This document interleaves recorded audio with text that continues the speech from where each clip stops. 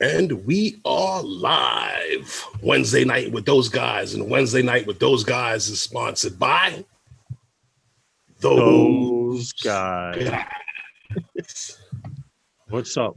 What's up? What's up, man? Same old thing. Same old thing. What's going on with you, man? I'm good. I'm good. I'm just trying to get a lot done that I wasn't able to get done when I was sick. So I'm busy playing Okay. catch up, but eventually I'll be caught up. I feel At you. least that's in theory. You You know how it is. You want to step ahead or do certain things, and then yeah. stuff comes up. Like Yeah. you today, you had to run out and stuff. So trust me, I get it. But it's funny. I got a thumbs down. Somebody was waiting for the alert to hit a thumbs down. That's okay. I would give them the bird, but then somebody might report it, so I won't. That's Hey, Rob, what's good? Feet on the ground from Australia is here first. hey, And feet on the happy ground. birthday to your grandson, Rob. I saw here you guys took pictures of him. Tim Jackson, number 2, numero dos.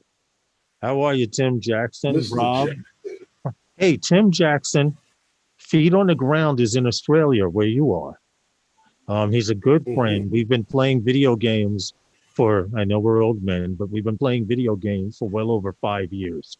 That's how far back we go. Okay. Jackson RC, Aviation, what's good, dude? How are you? So what are you guys playing on the Back then we were playing Sniper Elite. mhm. It's like a World War II sniper game, and it's very detailed. You can shoot somebody between the eyes at quite a distance. Okay. Eat, drink, and sleep that game. Yeah, but hey, Desmond Donders, how are you? But Tim Jackson and Feet on the Ground, you two guys should introduce yourselves. You're both in Australia right now, and that's where we started on a racing game called Split Second. Now, if you want to hear something funny, Disney owned the game, right? Now, the Okay. object of the game was not only do you win the race, but if you power up your car, Mhm. there were certain roadblocks and obstructions. Like you could press a button and Mhm. blow a smokestack down Oh, on okay. top of people, or buildings would blow up. Like they would have oil trucks on the side. Uh, If you pressed it at the right time as a guy was passing, it would blow them up.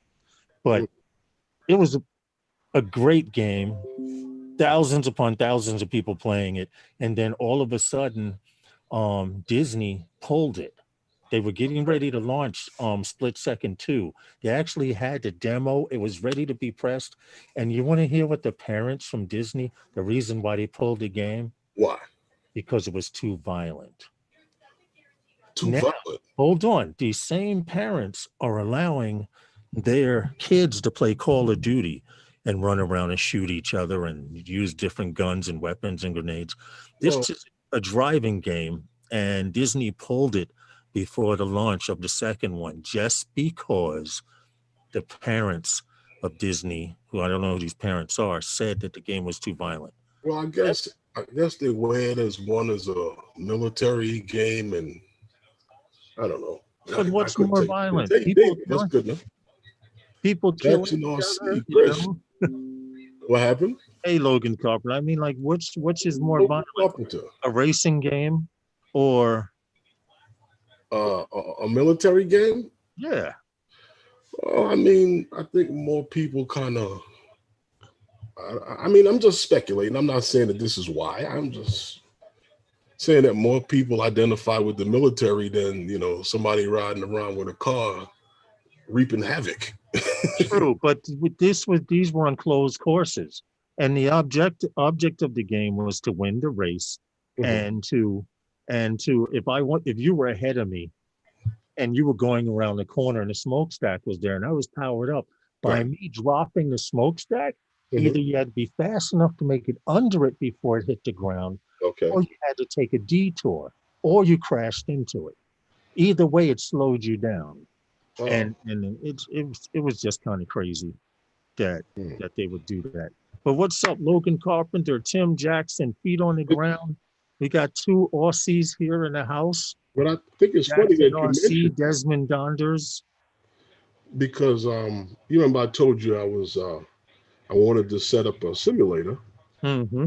right? So I wanted to as I got the ultra wide, I wanted to set up a driving simulator. So I was talking to in a message back and forth with Andrew Pusa Yeah. Studios about a steering wheel. He hit me to something that I was going to check out for that. But as I said, it's funny you mentioned that it was a driving game you were playing because I was looking at some simulators for driving and the flight simulator. I showed you the one there that I sent you, Yes. you actually sent me a link for Oh one. yeah, yeah. Yeah, The yeah, Microsoft that's great. um simulators. They've always been on Microsoft has always been on point with the simulators. Hey, Welsh Rob, what's up, man? In fact, I believe, hey, what's up, Welsh Rob? How are you? I actually believe that the Microsoft simulator that you're interested in getting, not that exact one, but Mm-hmm. they actually design the simulators for a lot of major airlines. That's how Okay. detailed it is. Because Uh, you can go in and get different cockpit setups and all of that stuff, man. well, It's it depends on the plane, right? Wouldn't it? yeah, But right, right. It depends on the as plane, far right? as your Now, once I put this in my machine, yeah. I'll be able to put some PC games in here because I'll have enough space. One of them was World of Warships. Mhm. Great game. World War II battleships from Yeah, I've around the seen that. world. It's fire. If you ever want to get into a decent game, World of Warships, World of Tanks, they've ruined it.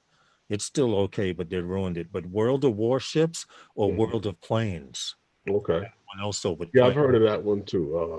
Yeah. Those are all the same company that make the World of Tanks. They were Russian. I think they sold them to Germans. And now World of Tanks is owned by Germans. No, they were German, and the Russians brought one of the two. One, Somebody got them. yeah, somebody got them. But World of Warships, I'll play that for hours. I'll sit here and be sipping and playing. And then when I go to stand up, I'm like, yo, I had a few too many sips.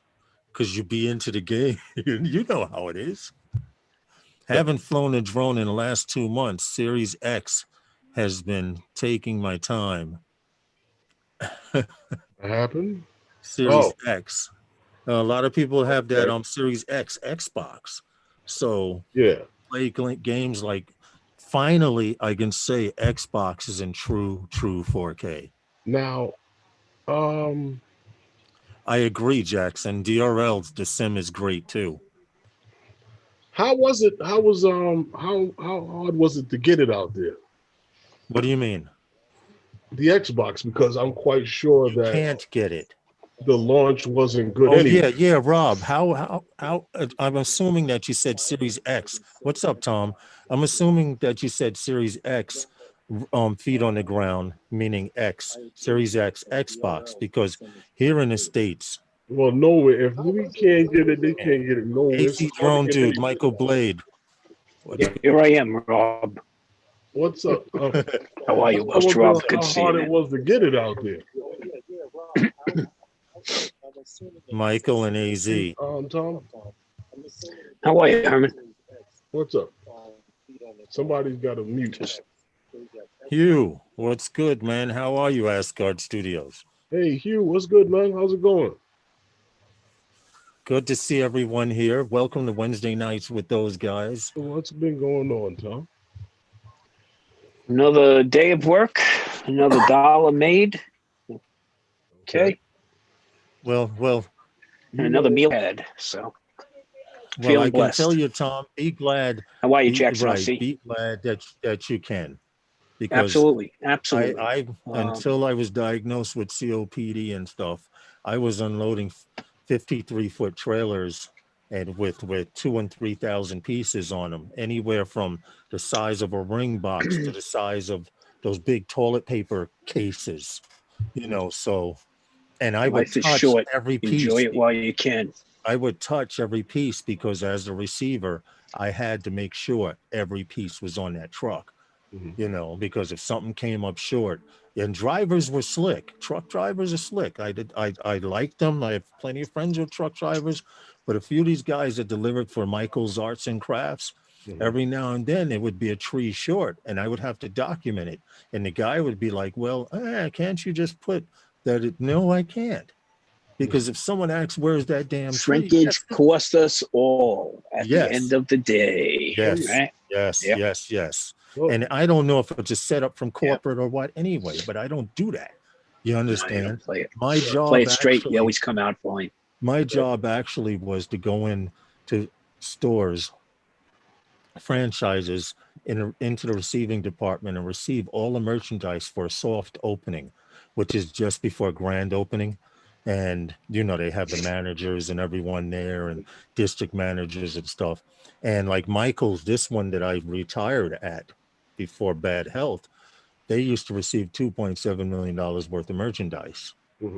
And out of this merchandise, they had 41,000 items, and I knew what 39,000 of them were. So I was into it pretty good until they told me they couldn't pay me any more money. Well, you know me, I worked. They're gonna kick my ass out soon. And 5 years later, after 5 surgeries, here I am. I mean, there's nothing to laugh at now. You know what? You gotta really thank. No, I know Jackson's a trucker. I do love and respect truck drivers because they're out there when we're sleeping most of the time. Yeah, well, he can't hide shit on that truck. So, not with 16-foot trusses. Right? I did. Yeah, true. I drove a truck locally for a couple of years, and I didn't like moving around the city to try to get these deliveries done. Oh man, it's nothing like moving around the city, and it's something big and intimidating. To try to nothing like deliveries. The New Yorkers don't care; they walk right off. Especially if you got sirens and air horns. Okay. Hey Tom. It's hard to miss, man. Hey Tom. And you know what? The only problem is if you ever drive a tiller truck. For those of you that don't know, that's the fire truck where you have the steering wheel in the back to get around some of those tight turns. We still have several tillers. But the one thing you gotta, the one thing you gotta remember is everything you're doing is backwards. Right. So if you turn left, you gotta turn right. It's like driving a fork truck with the turning wheels behind you. Yes. Okay. Yes. So, I used to drive a forklift. Hey Tom, I was going to say, once you get into DJI, Jackson RC, much love. Thanks for your service, brother. Once you do get into FPV, whenever that does happen, I'd like to welcome you back to New York to fly, because I know you'll find some kind of reason to come back. I'm going to find some way to hone my skills out there. Okay. Of course. So that's why I'm inviting you now. And the thing is, if you come out there, I'll treat you to the great wide open. But that's if you can get your butt out of the casino. Okay, so that's the one part out there. I'm not a gambler. Friends come out, they go, "Oh yeah, we want to go in the wilderness." No, but I'm not a gambler, so that wouldn't bother me. And the next thing you know, they booked four shows in Vegas over a 3-night period. Okay. And they're like, yeah. And then in the morning, nobody ever feels up to it. Okay. Well, believe it or not, that's the time you get out there. My wife was amazing, man. She was golden hour in Las Vegas. I'm not too much of a gambler.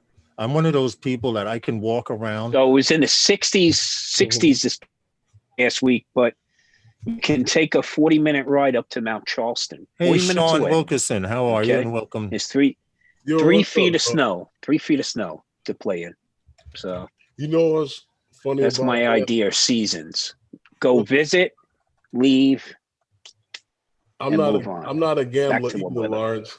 In fact, Tom, I'm gonna tell you the kind of gambler still scope out a lot of things around the casino and that's true, but I'm the kind of gambler that I'll sit down, I'll pay $20 here, but I'll walk around with a drink in my hand, just looking at people having fun, because I'm one of the few people that actually can go gambling and come home with money in my pocket. I'll have a winning pocket and I'll have a spending pocket. And sometimes I have money in both when I leave, which is quite Right. good. I can't sit in the machine for hours on end. It's just not me. I don't play scratch games. I haven't even played Lotto or I mean Mega Millions and Well, stuff. I might, I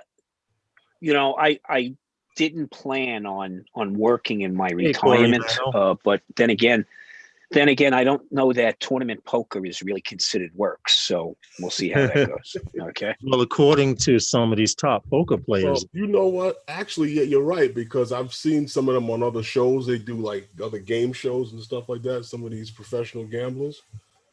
Oh yeah. Yeah. But you see, the thing with tournament poker out there, it's a completely different environment. You pay your buy-in, say $100. Mhm. Okay. You could sit for 10 hours. You just got to be prepared. I mean, if you want to get the final table, you can get up and leave as often as you want to go take a break, Mhm. grab a bite to eat. But just remember, your blinds are going in. Right. yeah, So, yeah. So you just got to manage that properly. But the thing with poker is you're not playing really against the house. Okay. Right. And you're working your skill set. So, Hey, what's up, Eddie Nunez? hey, Eddie, what's up, Hey, man? what's up, How are Eddie? you? I thought I saw. Eddie, how are you, brother? I thought I saw. I'm slacking on the chat. Who was it? Eddie? Yes. But Eddie, what's good? Eddie bro? Nunez. Hey, Eddie Nunez. But One. Grill. what's going on out there? Oh, look at this! Look at this! I could see This my is head, man. this is a typical male thing. This is a typical male thing. Mine is bigger than yours. Yeah, You know but that, Tom, right? No. Tom, It's Tom, something, something Yeah. new. Up until the last minute, he was talking last year. Oh, I'm not building nothing this year. And I didn't. Lawrence, you had that sitting Yeah. So waiting. I was here's collecting the problem. parts. Here's the problem. Okay, look at him. Look at him. Right. Okay. But yeah, here. I'm sorry. I'm Irish. What can I tell you? Okay. It's not the same. Okay. It's all a size thing. I mean, I know Eddie's got Eddie, you got an Air Force going now, right? Yes, he does. He has a fleet.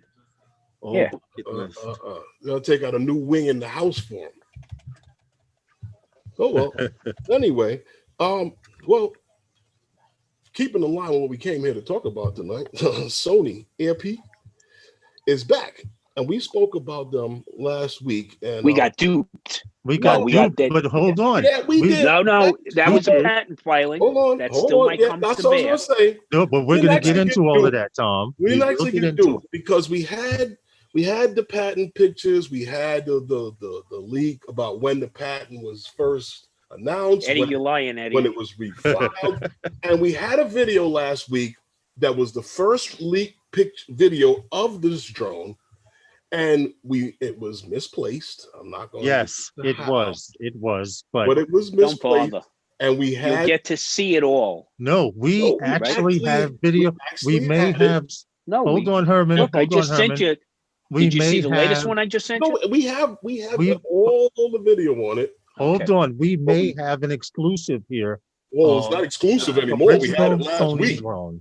Well, I mean, it was as far as the people in our circle, the people in our circle haven't seen it. I know that. Sure, everybody's seen the drone already.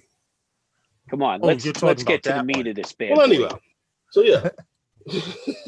You're talking about that the meat of this bad boy. So like I was saying, we had the video, we had that stuff last week, and we thought that this was a drone that Sony was coming out to compete with a market that everybody has seemed to fail in, with the selfie drone and everything like that. And it seems that is not the case. This happens to be something that's in the market with the Inspire type drone, and even the what's that, free fly the Astro, trees. the Astro, free fly. Because if you guys remember, we covered the Astro, and the Astro is a very similar type of drone used for the same type of thing. For it could be used to do car chases and different cinematography type shots. And basically, this is that same type of a drone. I don't think this was, like you said, we got duped, but this is what they are now showing, because we've all seen the video for the Vision S road test. That's this one here. Where they revealed that drone That's this in the video. particular one. Here. And in that Vision S video, we saw what. Okay, let's saw some things with this. Everyone thought that look at this was the new drone. Everyone thought that it was. This is what they're. This is the new drone. This is the new This drone. is it right here, guys. But this is one of them. A full frame. No, this is the drone being released at CES 2021. Yes. This is it. This handles a full frame A7 mirrorless. Yes, okay? It will. And you are talking about the creative possibilities, okay, with the lens set available on the Sony body and the integration, okay? Now you're talking about a closed environment, not an open environment like, hey, yeah, I can put a full frame camera on a Firefly. Okay, no, we're talking about a Sony camera on a Sony drone. Yes. So there's going to be a ton of optimization there, a ton of creative possibility. Okay, this is a close set. So somebody had mentioned, and Eddie, I see you're mentioning that this is huge. Yeah, understandably, it has to handle a full frame camera body, even though it's mirrorless, right? Yes. First and foremost. But the real thing here is when they're like, oh, look at how it's flying. You can see the reflection in the window. This wasn't a car ad they were doing. This is an ad for the drone. Exactly. Okay? Right. First. Right. Second thing is this is a closed set device. And what I mean by that is this is not a device you're going to be flying over people. And if you're going to use it in Manhattan, Eddie, it's going to be a closed set, just like any other film permit requires in this city or most others, right? Mm-hmm. Right. So if there's a 4-block car chase, it'll be closed off for sure. This is a huge leap, I think, for those creatives looking for that unique platform. Okay. Now, will every lens in the arsenal work? No, we don't know. But could this house? Right.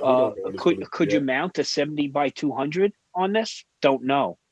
Don't know how those flight dynamics would work and whether that gimbal platform would be sufficient or not. Right. But just think about the capability you do have. And now if you integrate that, they did show, and I don't know if you gentlemen have it, what the controller looks like. I'll put it to you this way. It looks more. It looks like to me, we're used to. not so much a phantom controller as it looks more like Ascendance controller. Okay, and this is going to be require a flight crew of 2. You're going to have a pilot, like the Inspire, and you're going to have a camera operator. Yes, because it has an FPV camera on board, and it has a dual battery system. And I saw on the here's the camera right here. Had, sensors on this thing. Now I don't know what all of these sensors are for. If they were all for obstacle avoidance or what they're actually doing. But on the front. In fact, Billy has a. Billy did a take on it. So did a few others. But if you guys get a chance, of course, after this stream, catch Billy Kyle's take on the Airpeak. Yes. Okay. Yes. But this There's to me, a link for that. This to me is exciting. Put it in the chat. I can put it. Yeah, I can put it in the chat so everyone can check it out. Okay, gotcha. For that Airpeak video. After the live stream, this excites me because of the flexibility this really provides the creative. Oh no, I love it. Because I was looking at it and I was looking, like I said, there we go again. Well, the fact that they have a machine that is on this platform that can carry a full-size camera, to me, is better than the video I saw with the FPV bird that carried a full-size camera, and the drone was like $10,000 per drone. And the only reason I say that is because this is a much more stable platform. Right now, they're still experimenting with the FPV birds, and the main issue with FPV is the heavier the bird, the more power you have to burn. Oh, And absolutely. lipo batteries and Absolutely. Li-ion batteries burn out really Yeah. quick. So until the Uh, FPV battery technology changes, right now I'm for stuff like Airpeak and the Inspire Yeah. series birds. Well, we I'll coupled tell that you, other to drone, answer, the Astro, which is very similar to this. yeah, to answer Eddie, you can get closer than no man has gone before to Lady Liberty with this bird. Okay, And you'll be able to clean the wax out of her ears, Eddie, with this bird. but Eddie, There also will be some jealous keep in about it, mind, but then Eddie, again, you'll be able to post that photo over and over again. but check it out. Eddie, also keep in mind, if you told your wife that the last drone was the last drone, you can't sneak this baby in the You house.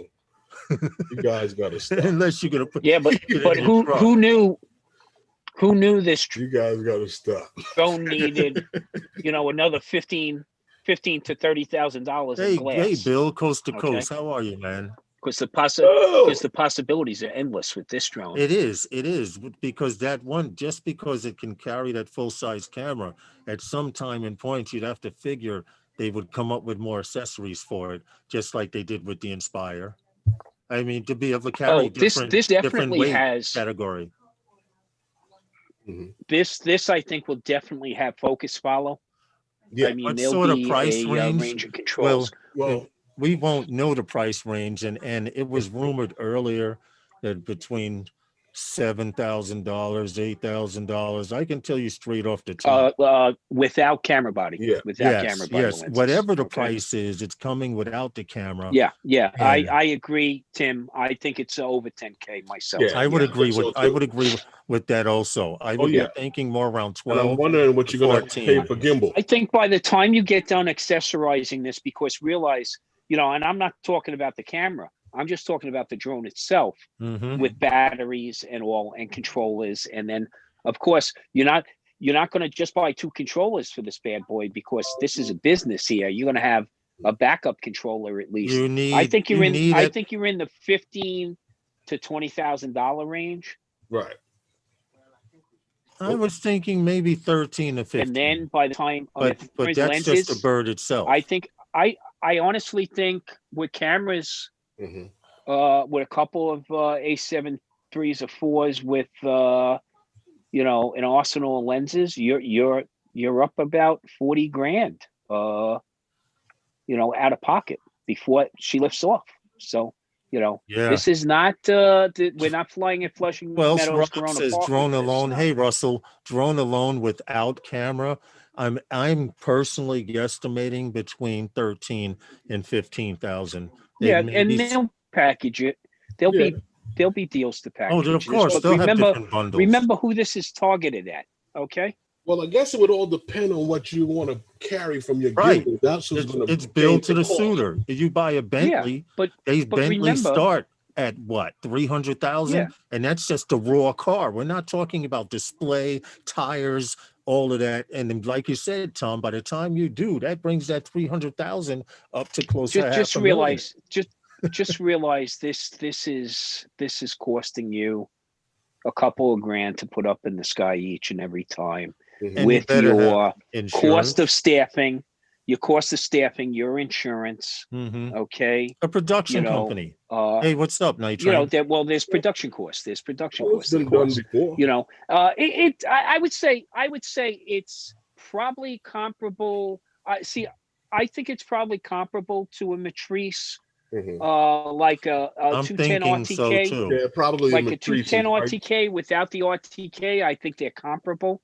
I think this might be a little more expensive because it's got to be a much larger platform than is currently available on the Matrice 210. The 300 I don't have as much experience with. But with the 210, remember, I'm hanging off of a specific gimbal mount. This is a platform mount. Yes, it's targeted to the production companies. Exactly. I agree with you, Tim. Exactly. It's targeted to the production companies. That's who this is. This is the market it's for.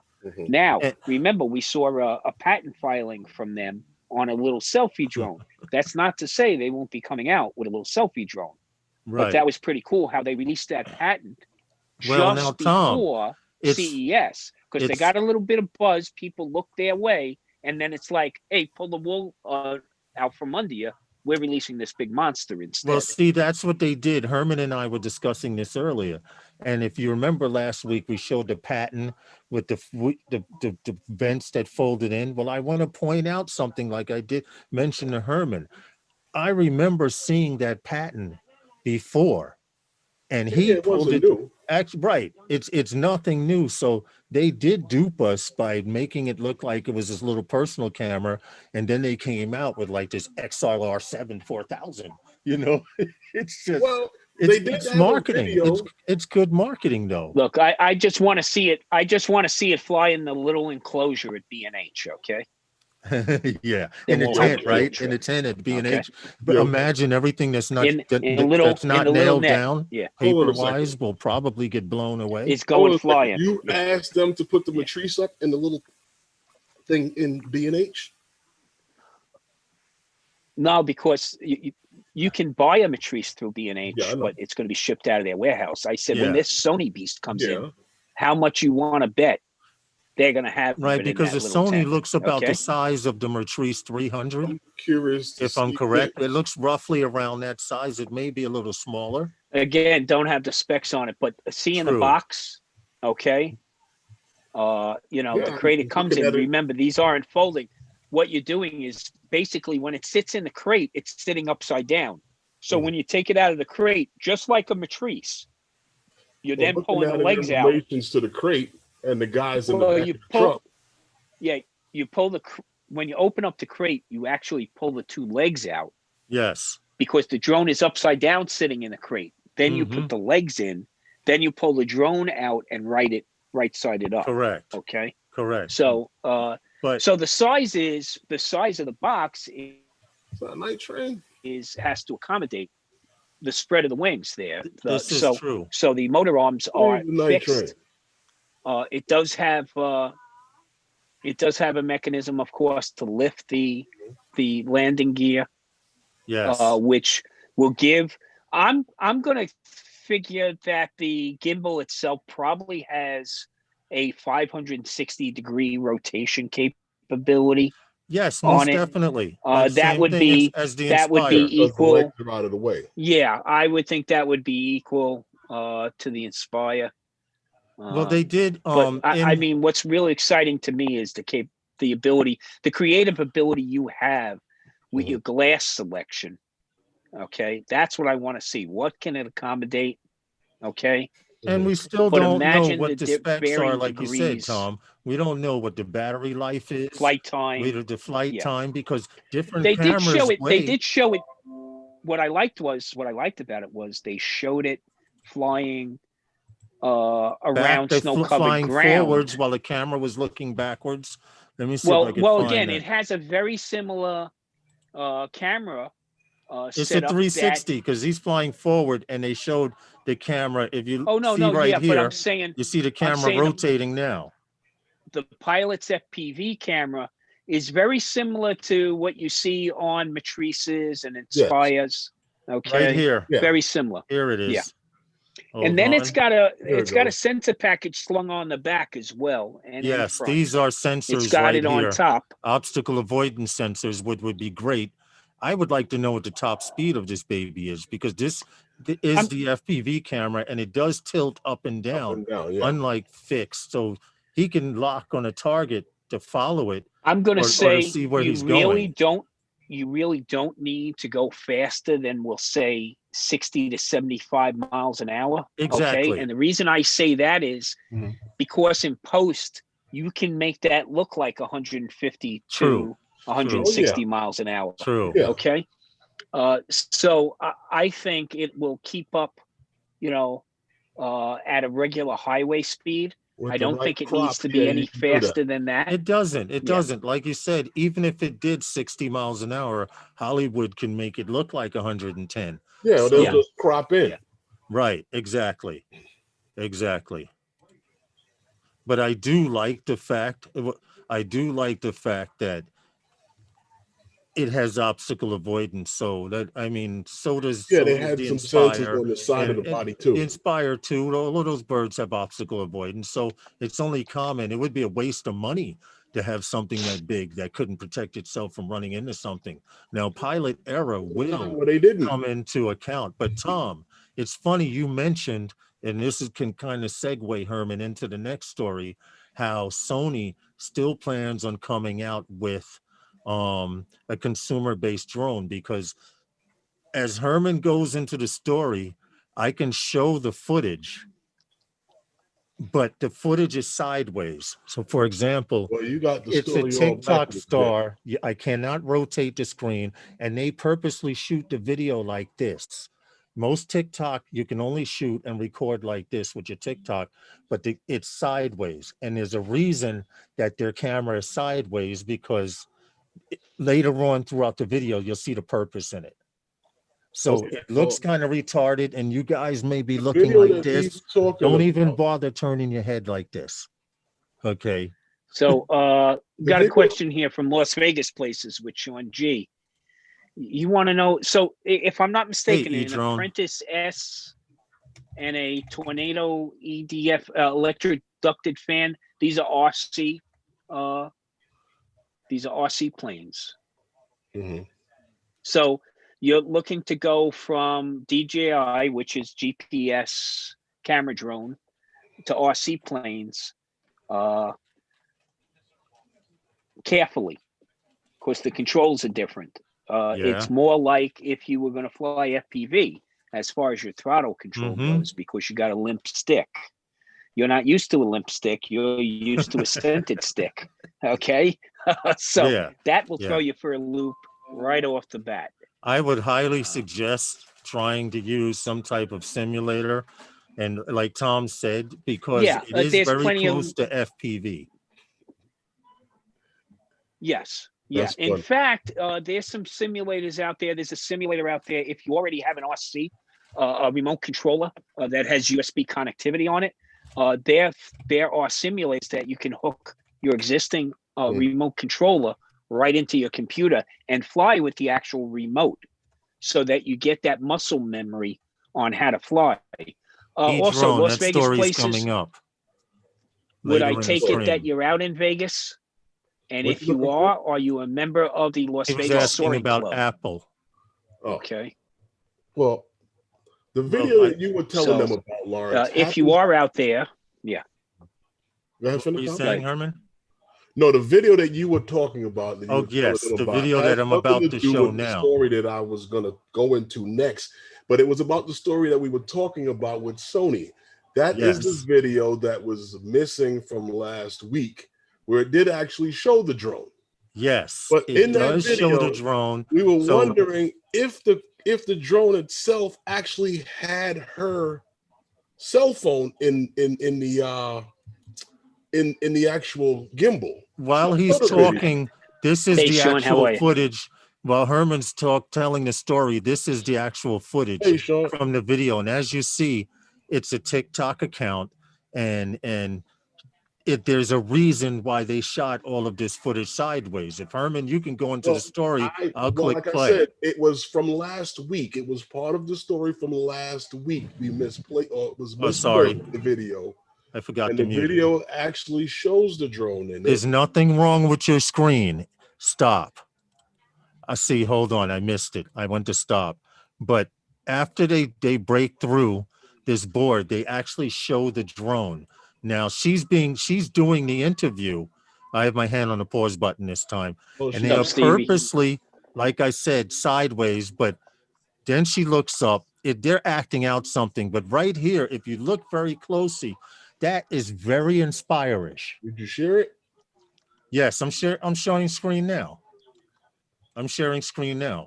It is very inspirish. If you see this bird here, and there, like I said, there is a reason that the screen is sideways, because that was the drone that's recording her right there. And as you see, it goes up and the camera tilts, and now it's the proper picture. Lawrence, I'm not seeing it. You're not seeing it. Damn. No. All of that for nothing. Hold on a second. Share, stupid me, stupid. Okay, we're gonna go back to this. All right, this is a young lady on TikTok, and let's just say, like I said, there's a reason that it's sideways. These guys are gonna bust through this screen. She's gonna go, oh my God, blah, blah, blah. Where's so and so? And as you see right here, he's now up there. Now, the reason that they're showing that is because here's the drone. Like I said, very inspirish. This looks like an Inspire clone, but we know it's not. And there is a reason. Don't twist your head sideways. They're showing it this way purposely because, as you see, she says, well, let's go follow him. And the drone goes up and the camera tilts. And that's why her phone was sideways. Now, once again, they're going to show the drone. This is all Sony introducing a consumer-based drone right here, coming up. Oh, right there again. I kind of didn't stop it on key, but this is it, right? I can't find it, but you guys get the gist of it. Hold it, it's coming up right now. I'll stop it right now. And as you see, you can't get any closer to an inspired concept type body than that. And Well, this this is, was I the don't think video that's the that drone.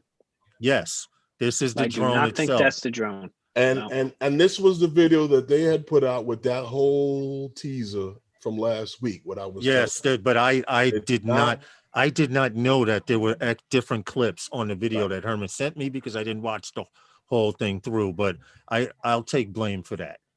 But yeah, I'll well, bite the anyway, bullet for that one.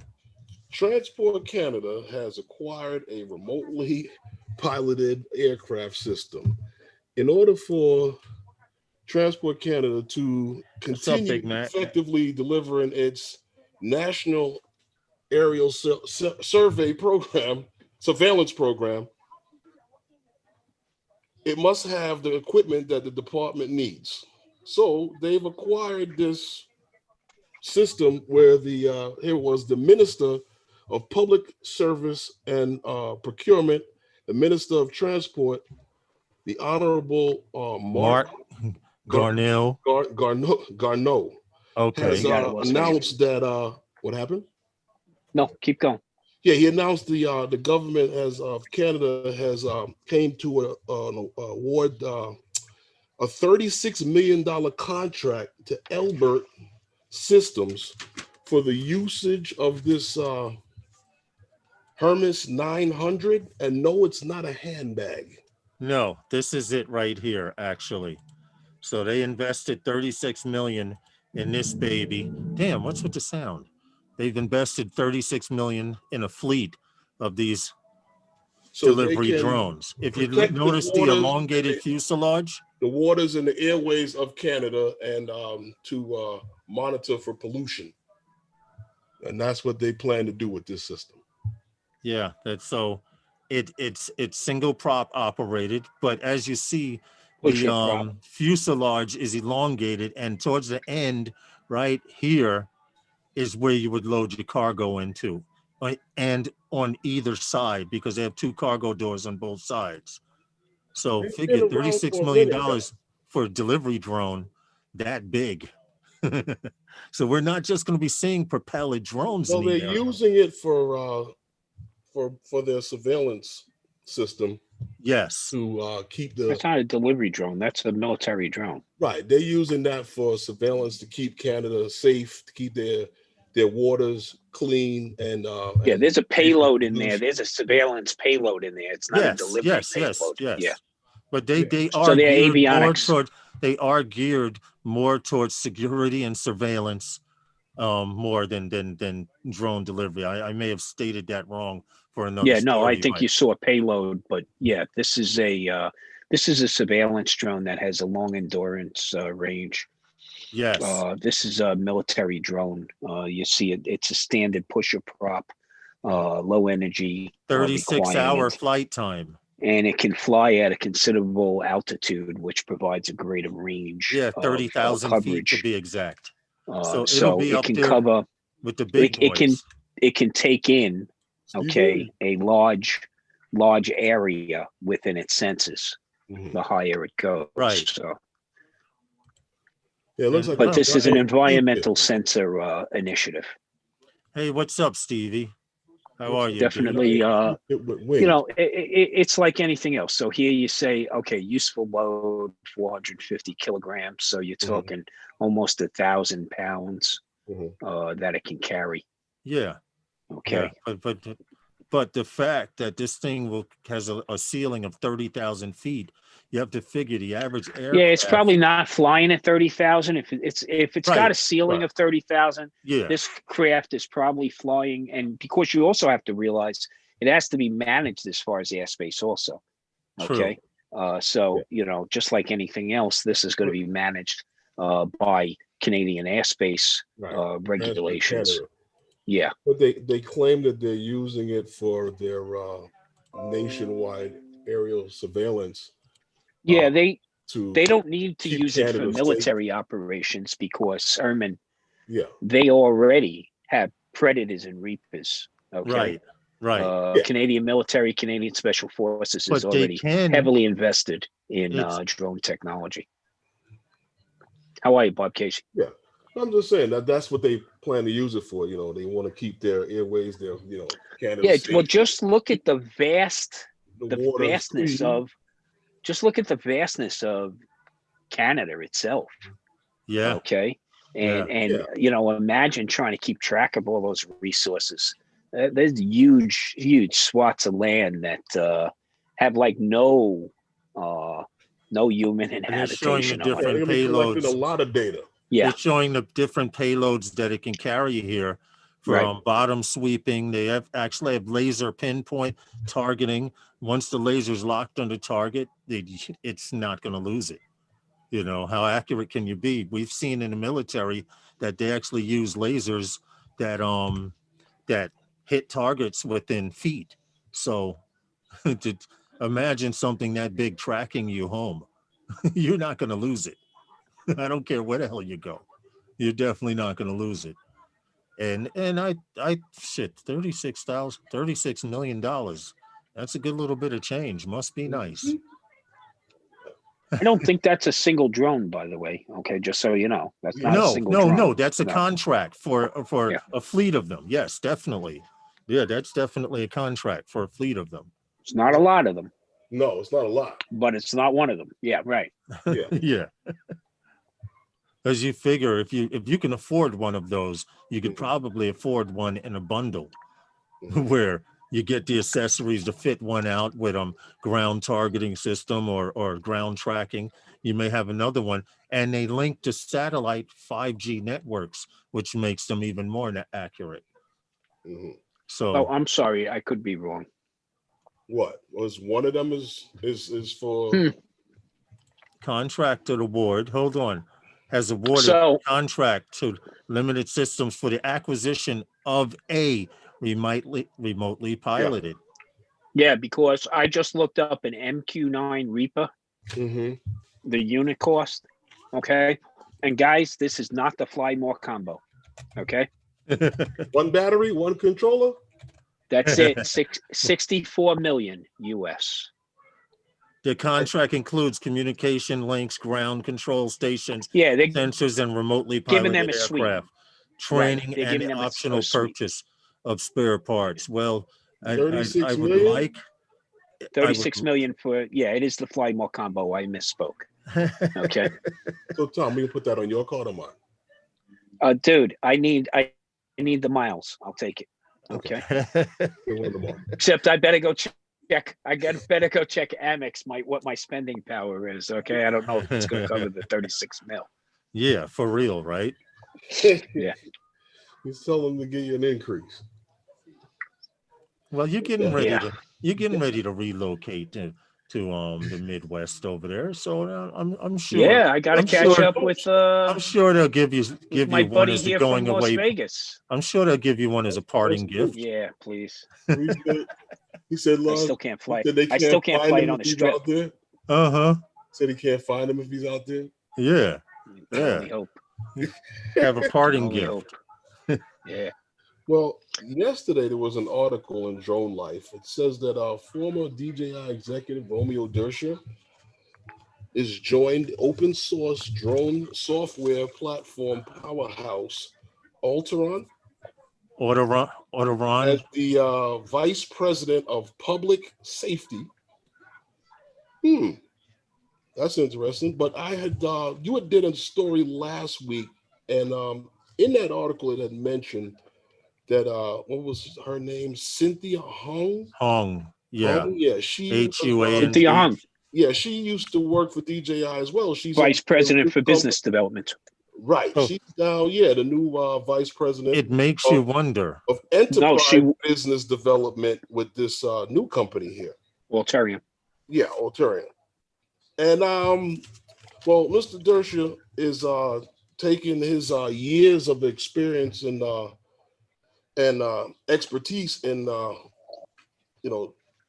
flying drones for saving lives, using drones for saving lives and impacting communities.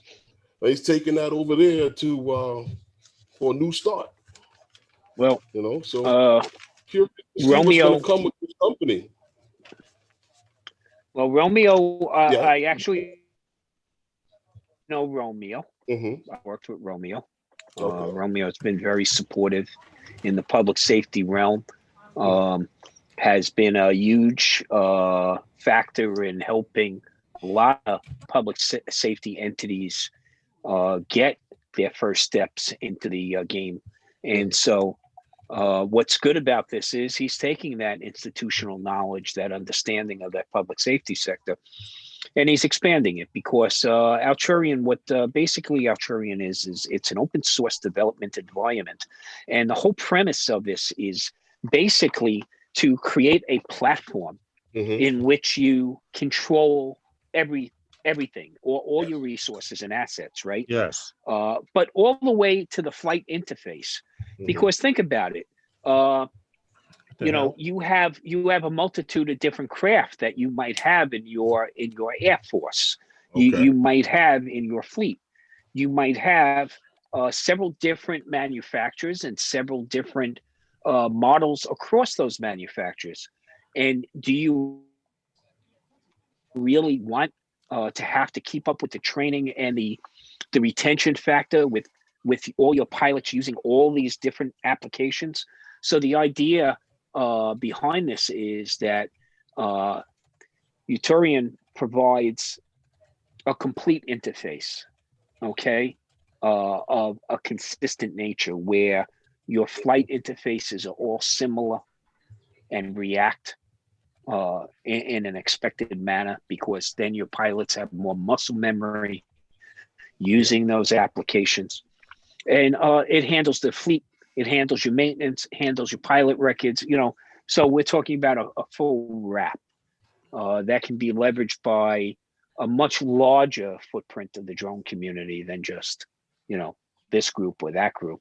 And Romeo's got a ton of experience, well respected.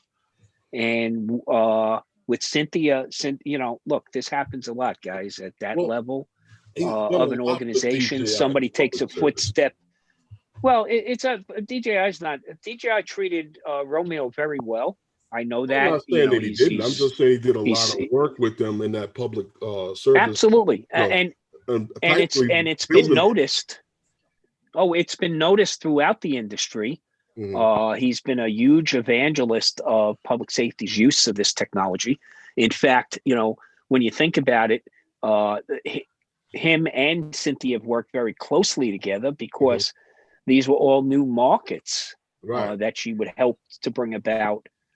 These are enterprise markets we're talking about. So, hats off to Romeo. Congratulations on the new position. And I look forward to seeing a lot of good things coming out of this company. So yeah, that was the thing we had on that. So now we had the Apple story, but yeah. Welcome back, Tim. Metro Drones, how are you, sir? And Metro, what's going on? How are you? All right, we're getting into the Apple now. I like this story, and I'm the first. And Herman will tell you, and people have always, I'm not up until this point, I was not a true supporter of Apple. But the fact that Apple has a patent for drone communications technology, and they are not going to be getting into the drone game. Someone had brought up in the chat, what do you think about them getting into the drone game? Well, they're not getting into it, but they are, in a sense that they will be helping develop the next generation of drone communication technology. That's a mouthful.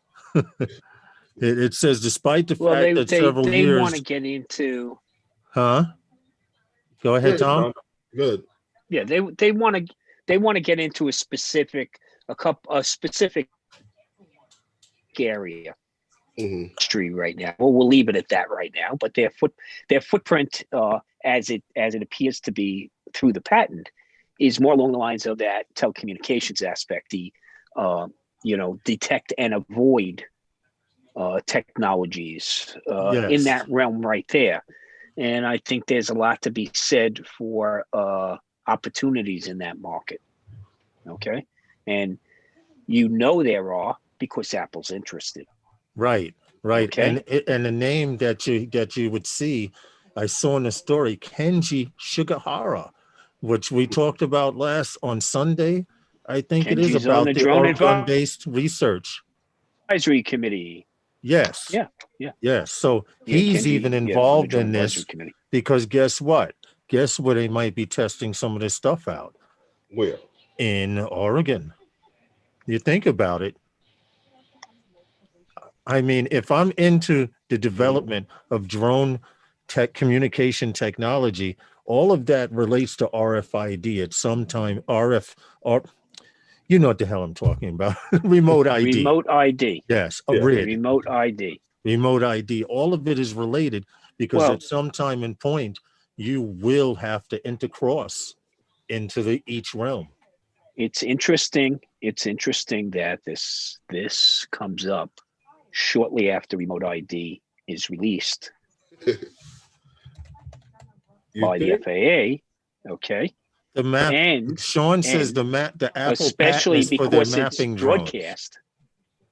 Well, yes, but Sean, the requirement for broadcast with remote ID does open up this communication realm to some significant development possibilities. Between due to the fact that they'll be using 4 and 5G networks, that tells you right there.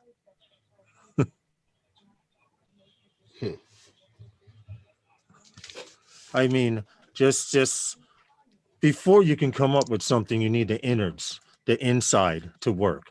It's easy to draw out the blueprints for this drone, but unless you have the inside, it's worthless. You see my point? You see my point? So well, you could throw it through the air. Yeah, you could, but it's probably more aerodynamic right now with all that crap not on it. Okay. And a lot lighter too. Yeah, exactly. And a lot lighter. And I'd like to say right now, this frame alone, no lie, this frame alone weighs roughly about, I'd say maybe about 2.5 pounds, almost the weight of a DJI bird. So Sean, I would really love to have a conversation with you on this. So which drone? This is well, Sean is saying that they have lobbyists in DC trying to get permission for the Apple mapping drones to go beyond visual line of sight. This patent will help it. So Sean, you're saying that there really is a platform that they're looking to provide at some point in time, their own flight platform. Well, that's what I'm curious about. Can I interrupt, Tom? I didn't see it that way. Tom, so that's a fresh perspective. Well, Tom, that's why I wanted to interrupt, because I wanted to read this little section, and maybe this will help clarify things too. The Apple patent application could represent a strong network solution relevant to establishing not just RFID, but also BVLOS, beyond visual line of sight, and UTM management systems. So it will be a little bit of everything, but before you even come out with a bird, you need the guts inside. Before you make a clock, you need the gears and the cogs to make that clock work. And this is what these companies and these people, Apple plans to do, along with what's his name Well, again? see, I saw, I see Shikahara? what Sean is. Yeah, I see what Sean is saying. Someone else makes the drone. Apple runs the software for mapping. Yeah. But this announcement, the way I read this announcement, and maybe I'm off base a little, but I'm sorry, guys. I'm going to the clip-on Network commercial drones. You had brought it to me, and it was, from what I saw, was basically we're talking about advanced telecommunications yes, patents on a system for the use on drones. Now, yeah, but the way, right, exactly, Herman, and it was more to they were developing technology to improve drone telecommunications. correct. With this whole new era of drones being equipped with detect and avoid technology and allowing drones to operate in that beyond visual line of sight arena. So that's the way I read it. But again, I see, what I see? I see what they developed being licensed into other people's products. That's what I was taking out of this, and that's what I thought. That's kind of what I was leaning towards also. Yeah. That's actually what I had Lost thought Girls. It was about. Lost Girls. These I saw these first on American Picker. American Pickers. American Pickers. Okay, and then now I've noticed I've run into like a 3 or 4 friends that I've caught on a couple of streams that are using them too, and I say, hey, where'd you come up with that? Same thing, American. Yes. Okay. Yes, but that's the new thing I can now. find them. Okay, these eyes are getting older. I can find them. They're right here. Couldn't find them before. So that's the good thing. Look, man, that's why I'm married. Otherwise, my head would not be on my shoulders right now. Okay. Okay. I would have left it someplace else. So. Okay. That is just life, man. Yeah, but so no, it can't be that bad, Tom.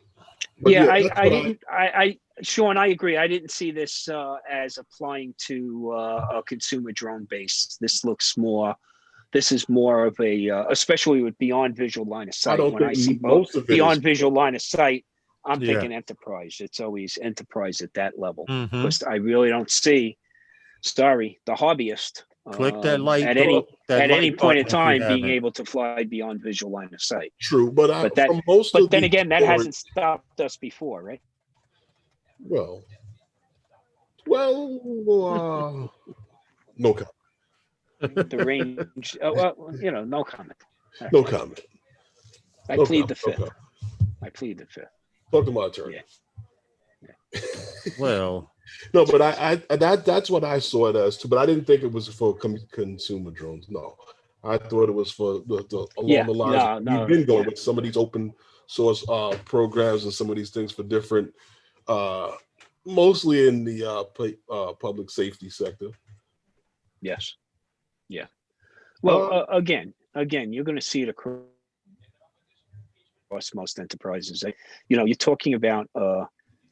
Yeah, well, definitely a bottle of gin and a few hours. Yeah, that would work. That would work, Sean.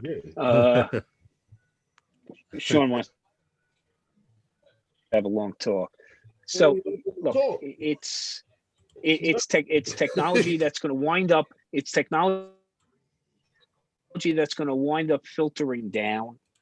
Okay, so that's the thing with any of this, right? We don't see it in the consumer market right now. But at some point in time, aspects of it will wind up in the consumer marketplace. So what do you got next, Herman? Well, Verizon, UPS, and Skyward announced connective drone delivery at CES.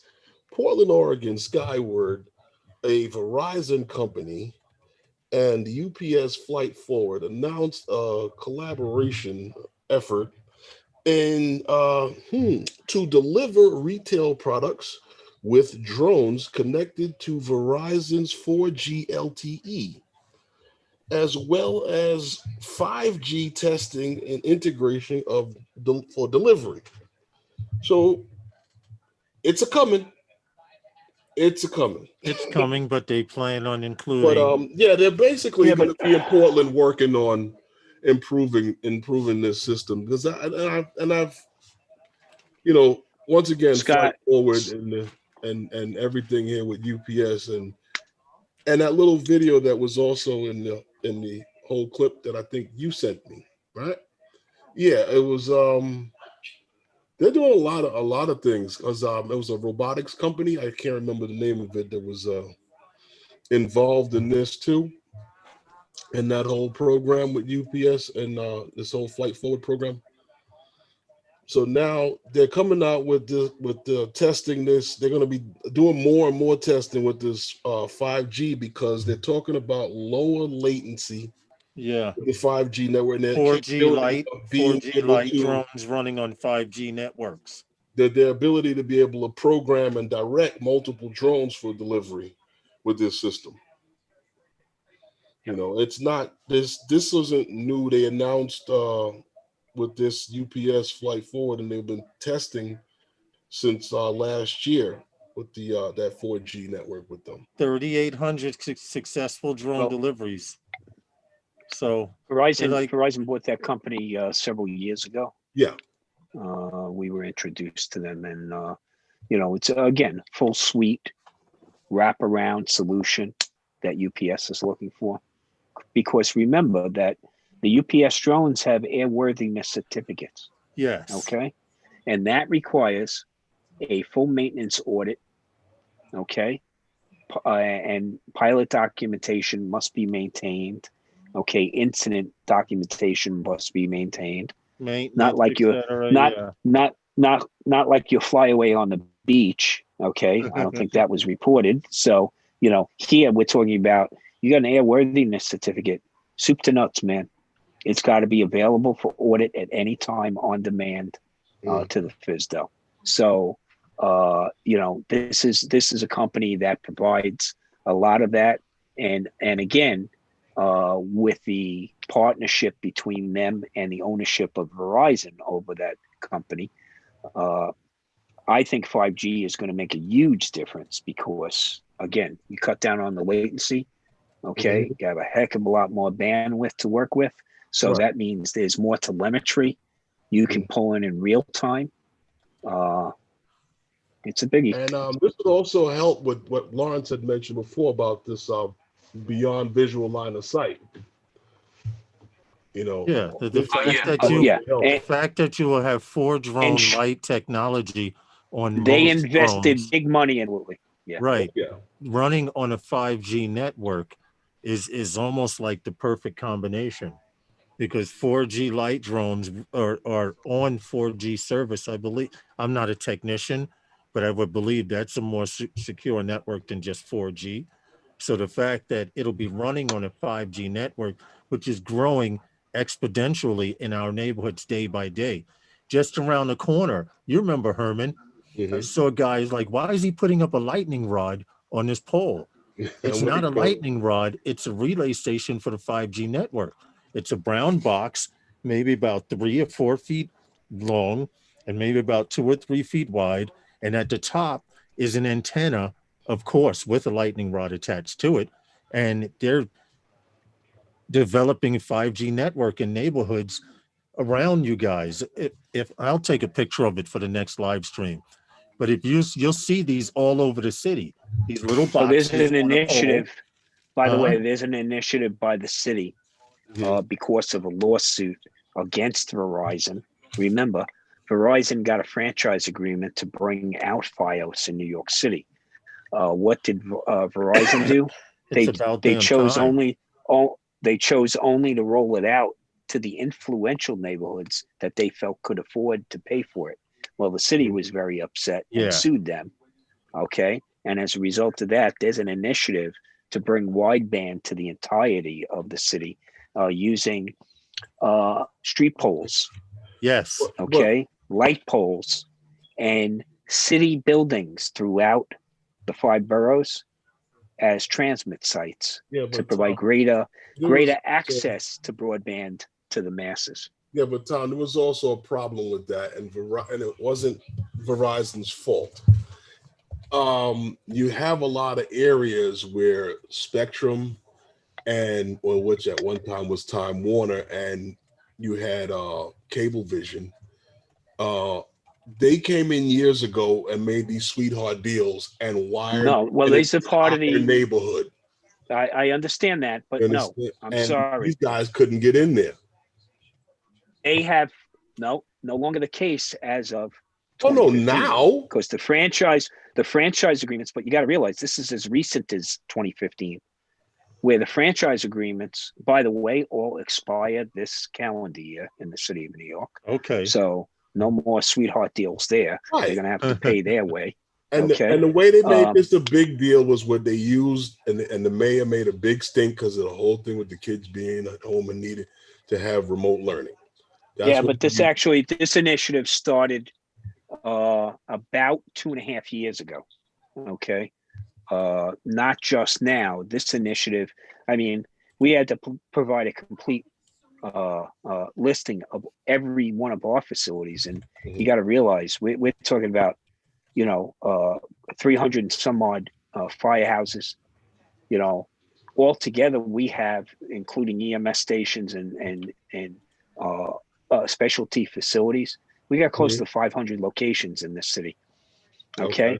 And we're just one department. So imagine all the city properties that cell sites can be located on. Okay. And get a little more control over some of these. You got to realize, putting some of these cell sites on some of these buildings, you see the deals they make with some of these landlords. Well, see, some of the building rooftops they put them on top of. It's funny you make that. And it does get scary because those things get difficult. You got a fire in a premise. Well, imagine Tom, fighting that fire. I wanted to point out something you were saying about these landlords. Now you have a slumlord whose building looks like crap, but now he's making money from cell companies to put these relay stations on the top of their buildings. Now that I have one problem with, but out here where I live, still got to get a DLB. You got to get a Department of Buildings clearance. Well, out here where I live, they found out a bunch of parents, along with an assemblyman and some other officials, had one of those systems removed from the top of a school, and the reason was because the power that they run off of on the roof gave off an electromagnetic field that was affecting students. Sorry, I don't agree. Affecting students in the classroom. And they got it taken off the roof, the school. And the earth is flat. Sorry. You got to realize. I don't agree with that one because they're not working. Because there's equipment. There's actual equipment that has to be used. You install this. Okay. Yeah. Look, I have some experience. One of the groups that was under me until recently, we just migrated them over, was our radio shop. And, we're talking about microwave antennas and everything else we have up on, shooting signals from point A to point B, T1s, T3s, now completely on fiber, that kind of stuff, right? But when you're talking about an antenna farm up on a roof, you are running equipment to test for stuff like EMF. Yeah. In fact, the FCC requires you under law to do that. So, you talk about, a cell site's put up on a roof. Well, they got power that's used. It's no, that stuff is tested. They do that with meters and everything else, and they have it certified.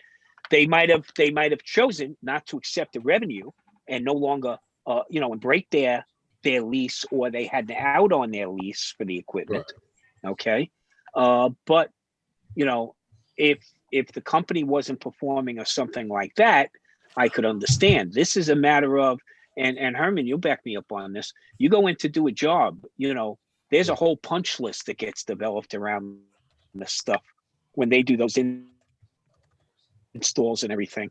Mm-hmm. And before anybody's making that payment, man, that punch list, they're going over that with a fine-tooth comb. Oh, yeah. And believe me, the quality assurance testing, the FCC frequency testing, the FCC interference testing, the certification and bond That has to, every one of those cell sites that's put up on a roof, there has to be a I will bond say put in this place. to you. I don't know where this school was, but I will say this about the Department of Education. The Department of Education in New York City, when you work there in one of the school buildings, see, this is why I find it so funny with the school system.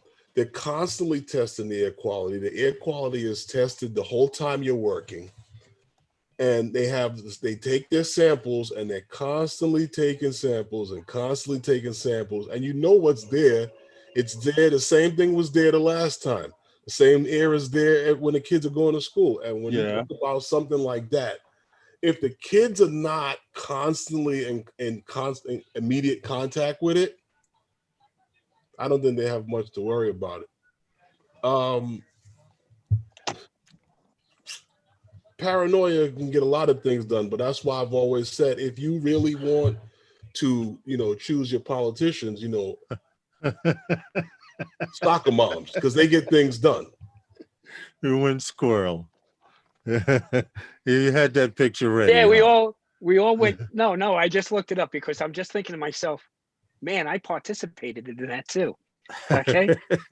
We went squirrel. Well, listen, all I can say, it was a group of parents that somehow they got them to take it off of the school. In fact, Herman, you know the school where we fly at Bayswater Park, my local park. If you go over the subway, there's an old single school in the middle of nowhere by itself, close to the beach. It's a small old school building, which is still open, but they had them take it down. So I don't know, like you said, Tom, maybe they had an out, but parents and assemblymen, they got together and decided that they didn't want it on the roof because they claimed so much was happening in that corner of the building. So and whether it was true, now hold on, whether Stevie, that whether it was Stevie, true or not, that was a sports model. That was a sports model squirrel. Okay. Yeah, I noticed he had racing stripes. Yeah. No, I got what you're saying, Lawrence, but I'm saying to you, but then it's happening to everybody in your neighborhood. Getting back to it, the 5G is what's significant here. Okay. The ability to transmit that much data that quickly, okay, wirelessly, is a game changer. Yeah, no doubt about it. We're gonna see the impact of that the on our latency side issue of the fence. is very minimal. Okay. Yeah. So, as more and more systems use it, okay, we'll gain a lot more insight onto how we can leverage it. And there'll still be a group of people out there that with tinfoil caps on thinking it's going to rob them of everything. There always will be, Tom. I agree. But then again, the Earth is flat and the moon is made out of cheese. Okay. Hold on a second. All of those things. It's government cheese. Or it's hollow. It's not flat. It's not made out of cheese. And it's not hollow. Damn, I'm in the wrong place. You say you're in the wrong business? I'm in the wrong place. Well, look, UPS, we knew UPS was coming up with this beyond visual line of sight and everything because they had been working for a while. We've been doing we did a few stories last year on UPS, Herman. Well, yeah, but we remember we were talking about the whole thing with this whole beyond. What's up, Roger? Yeah, now this is the next step where everybody's going now to take it to. Hey, what's up, Roger? How are you? Roger, what's good, man? Hey, Stevie says, why are you always talking about his Reynolds wrap hat, Tom? What happened? Stevie said, why is Tom always talking about his Reynolds wrap hat? Oh.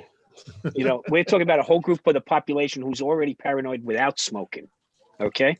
So imagine what happens in New York when they have legalized marijuana. So that paranoid group, we got to train them to use the right type of marijuana. The right type. Not the that, medicinal. Okay. The right type. The right type. Okay. Well, look, there's lots of right types. You have there's nothing but right types. Okay. Well, no, especially the right amount. We have in this state. What's funny is we have in this state that our governor Cuomo just did the state of the state and announced he was looking to bring marijuana in. Of course, that's after New Jersey already passed the bill that they were bringing in. Nobody running through. He's already lost. he's already lost so many millions of dollars to the state of The Massachusetts. tolls between Okay, I think they have those bang buses go up there from Chinatown on Sunday mornings. I mentioned they that have, to someone. go up to the Berkshires just recently. I was saying there are so many people getting on buses, it's tax cars, dollars. trains, It's tax planes, dollars going to Massachusetts. Now the tolls will increase going back and forth between New York and Jersey because there'll be so much traffic. So why not? No. The tolls. What will happen is people will stop complaining about tolls when they go to Jersey. Okay, that's a different. Remember, you didn't complain as much when you went to Jersey, and the gas prices were cheaper. True. Now that the gas prices are up, right? Okay, I remember doing it myself, going to Jersey for gas. Still cheaper. I remember going to Jersey but listen, for gas. To those of you that don't live in the New York City area, this is funny, especially those in the trucking community. We have one bridge, the Verizon Bridge, that they turned around, and it was only a one-way toll. Okay, it was free to get into the 5 boroughs, but to get out was a double toll. So what would happen is trucks wouldn't go that way to get out. They'd go through Lower Manhattan or Midtown Manhattan. And only pay a half toll to get out. Now we're talking about tractor trailers, right? You're talking about 18-wheelers. You're paying by the axle. So the one-way toll on the Verizon, I think, was almost $20. Yeah, $18. Okay. It was $18. Remember, that's for a car. That's for a car. When you're going over the bridge and it costs you $100-something. You're right. Each okay. So now what happened there, I know. Yeah. So basically, hey, Rojo, what the city had to do was turn around and go, no, we're going to put these automatic cameras on the other side too, and now we're going to make it a toll each way. Now it's balanced. To try to get those trucks to stop. That's what they call balance. Yeah. I took the overtime just to balance out the toll. You're at $18. Well, you know that there's always a lease. That bridge. Yeah. You know what I So mean? imagine if you're going to cross every day in a tractor trailer, and you're an owner operator. Okay, right, per axle. You're talking about supporting another salary just on your tolls right there. Yeah. Tim Jackson, I sent that link to your messenger on Facebook. Hey, you know what? The story I'd like for you to bring up, Herman, is the Autel story. I think that drone is. That story and run with it. I got some notes on it. You got some stuff to throw up on the screen because I think I got a video. I think they had a video. I got it queued up. Tom. I would go ahead and show that video because that's. I like the flight characteristics of this aircraft. I like that it's fixed wing, but vertical takeoff and landing. Okay. And you have a tilt motor for that. Yes, which makes it a VTOL. Yes. Exactly. But you also notice you have the rotors. You guys can see this. Also. Did you see the video? Yeah. Okay. Well, so go ahead. It's running right now, the video. And what I find pretty cool about it is the fact that this thing has, I think, a 2-hour flight time. Yeah, yes, 120-minute flight time, right? Yes, it does. 2-hour flight time. And 30-kilometer maximum transmission distance. Yes. Okay. I want one. Isn't that 15 miles, roughly? No, you're thinking kilograms. Kilometers. I was thinking kilometers. Yeah. Okay. Yeah, I want one. Never mind. Come on, where's our Canadian buddies? We can't do metrics. Yes. What the hell, guys? Where are you? Chime in here. But this is the bird right here. I like it. I like it a lot. And the way it just took off right there and hovered, that little section right there where it took off and hovered, I think showed it was very stable. 18 mile range on transmission. Okay. Phenomenal. So, this is something I think you can do some significant mapping and ground surveys with. That's what these guys are doing right now with the ground station. Right out of the box. Yes. Yeah. And that's the other thing. That's the other thing coming with the ground station. Okay. That's how you're getting that distance, by the way. Well, I'll tell you this. You're talking about multiple payloads for this thing. Yeah, you got triple censored camera with you got multispectral cameras. Yeah, multispectral zoom cameras. Right. It's crazy. You're talking about a Look at the 3-axis size of that thing. It could fit in my house. You got 40 also in that it could imagine what that would dual look like sensor behind you on the wall. I know, man. The triple sensor, That's right. you have a multispectral, and you have the 4K dual sensor. Yes, correct. That has a 20 optical zoom, 20-time optical zoom, and a 48 megapixel wide angle. Can you imagine the detail this baby has? I mean, I like it. Here's a 1-time zoom. I want one. Here's a 5x5 zoom in 4K Ultra HD. What more can you ask for? I want one for Christmas. Yeah. I mean, it's pretty cool. Though. I mean, like Irasho says, illegal crops buried inside corn crops on a farmer's field. Yes, I think with the multispectral, I think with the multispectral camera, they'll be able to, pick up on that. With multi-tracking, and that's what I love most about it. You can actually assign it to track multiple targets within reason. And also on a couple of the cameras. On a couple of the cameras, you got picture-in-picture capability also. So you actually have 2 cameras on a payload where you can get that, 30 power zoom shot and the fully zoomed out shot. Yes, but I see this. Yeah, like some of the use cases are like port security, farming, and agriculture. Right. Mapping, definitely. Mapping. Okay, mapping. It's cattle ultimate counting. bird for mapping. Honestly, being is that you have a 2-hour flight time. Yes. You have no need for continuously buying having to collect batteries. You can put this thing depending up on your and bring it operation, down right? and send it back up and bring it down and send it, depending on your operation. Yeah. Right.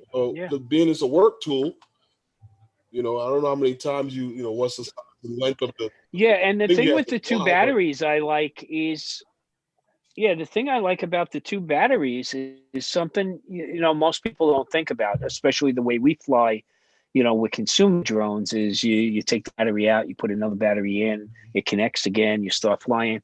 Okay. But if you have a mapping operation going on and you have your waypoints set, you can do a portion of those waypoints, land it, take out one battery. Now, both batteries need to be replaced, no doubt about it. Right. But you take out one, you put in a fresh battery before you take out the other, and puts it back up, resumes its flight. You don't have that loss in connection, and maybe have a restart issue to deal with. So I think it's very well thought out. I do love the physical aspects of it. Okay, it's got that military Osprey. Okay, Osprey, where I can rotate those rotors, right? On your battery consumption, which means you can take off from your backyard. You can take off from your backyard. Yes, I'm listening. So. Okay. Yeah. The battery consumption issue is so much lowered and reduced because of your wing surface, your lifting space, right? Now, flight time too fast for mapping, meaning it travels too fast, Sean, or it's only up in the period of time is too short up in the sky. And again, depending on the altitude in which they map it will determine flight, speed. This is true. For resolution. I think resolution is the big issue. Okay. Well, you have depending on the resolution, because of the cameras, will determine, if speed is too great. Yeah. So yeah, I mean I would imagine that would be worked out and optimized, Sean. On that. Well, no, it's really how quickly it's moving over the ground, whether it's getting enough resolution of data it's capturing during that period. And fast. Well, again, we don't have all the specs on it. to see what its loiter speed, what the loiter speed on it is. Yeah. But again, if it can be controlled, you're down around, I would say you keep it around between 15 and 20 miles an hour, you should get the necessary resolution that you need depending on your altitude. Conditions. Well, I actually do see. I think port security. Surveillance. I really think this is a huge one when it comes to port security, and I think they showed like the U.S. Coast Guard in one of the shots. Because you're talking about. I like the shot that they're showing that it's being flown in inclement weather. Right, and the RTK module. So yeah, so your accuracy. Yeah, well, our RTK for the Matrice is cellular based. We can put a SIM card in it so that it connects to the cellular network, which expands its resolution capability on ground positioning. Okay, so that's what they were showing there with the two antennas. Included border security and SAR. Yeah. Look, yeah, I like the fact that you can pick it up. One man can carry it, and I could see Tom. I think it could go in the back of a patrol vehicle or pickup truck in a remote area. Actually, from the size of this right here, which I had queued up, from the size of it right here, doesn't look too big. If you see this right here, it would go in the back. The gentleman on the left looks like SUV. The gentleman on the left looks like an Amazon, but the guy on the right looks like an average size guy. And that's in the truck of an SUV. Exactly. Yeah, it's not on the back of a bicycle. It's not on the knapsack. It does have some size to it. Right. Oh, that means it's not going to be available in the consumer market. Damn. So it won't fit into the purses, guys. Yeah. It's not going to be under 250 grams. No way. Okay. No. Yeah. Again, Russell. It shows drone tracking, a poacher in the woods. Yeah. They showed. That's what they actually showed them. That's what it was. Yes. They were chasing some guys. Yes. They were tracking a poacher. They were tracking a poacher with it in a snowstorm. But it looked like the poacher was using it looked like the pocher was using like a black flint gun or something. I know it looked like an ancient weapon shot. He was using. I know. He was being chased by some Indians with a drum. Hold on, let me see if I can go back. And he had to bite the piece off and pour the powder in to get the next shot. Hold on, let me see if I can find him. Right. There was a picture with the poacher. I found that funny. I mean, I just, I'm watching the whole thing, and of course, that's where my mind goes is, how does that doesn't seem to fit. And then he drops it along the way. I mean, Hey, you got to get out of there. Hold on. Yeah. Yeah, Tim, I guess you could, but, you better get some big actors for that. I mean, of course, altitude's going to really play on that size factor. Here it is right here, I believe. He's poaching wolves. Tim's going to shoot a porn movie with this camera, he said. And this thing comes zooming in. Hold it. Just don't lose control, Tim. You might cut some things. You gotta put it up. Oh, I didn't share it. No, you were, and then you stopped. Twice. I did. Twice I did that. Okay, hold on. Here we go. And I'm gonna stop at when he showed a gun, but that looks like an old school elephant gun. He's hunting wolves with. I'm sorry. Got the shotgun. Well, okay, so. Here's the problem. Okay, if we dissect this real quick, okay, he's shooting a lone wolf. That's my first issue. Okay, no such thing. They arrive in a truck with their system. But wait, no. My point is, first of all, if you're not finding a lone wolf, by the way, where there's a wolf, there's a pack. Okay, true. And I'm just saying, if you got a single shot rifle and you're only getting one shot off, man, you ain't running fast enough, okay? So, but look at this weapon he's got. Look at this. First of all, I think it must be flint loaded. I mean, Here it looks like he's got the Appleseed hat on. Yeah, there. Yeah, look. Does he have? What is that? Some tape around the ends of the barrel there to keep. They keep the gunpowder from getting wet. They used to tape over. I watch Mountain Man. But here come the park ranges. Okay.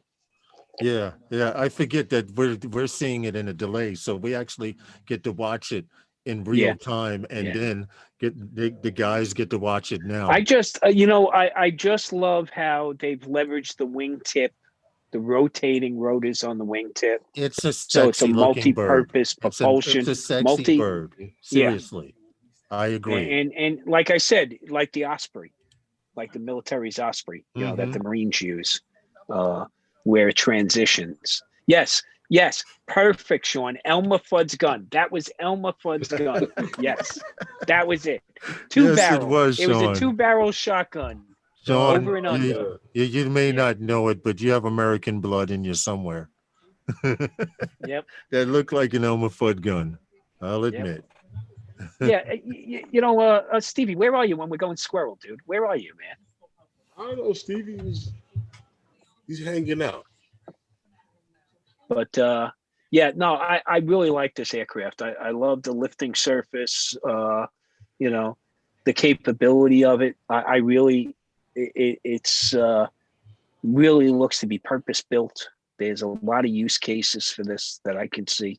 You know what's funny? When you sent me the story, I was looking at it. I'm looking and reading them. Like, here we go, Autel again. What the hell are they trying now? That's not going to work. And then I saw the video. I was like, holy shit, that's what they was guinea pigs.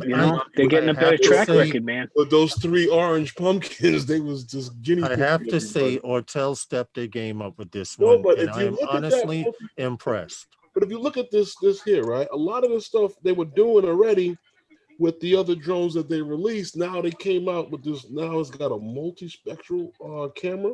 But if you remember, I did that with the Phantom 4. But you see, this goes back to like I was what Tommy was saying before. When DJI comes out with something and it comes out with something big, they got to come out with something that you can change either the payloads or the glass, because everybody's going that way with their big drones and stuff like that now. And Autel did that with their consumer stuff.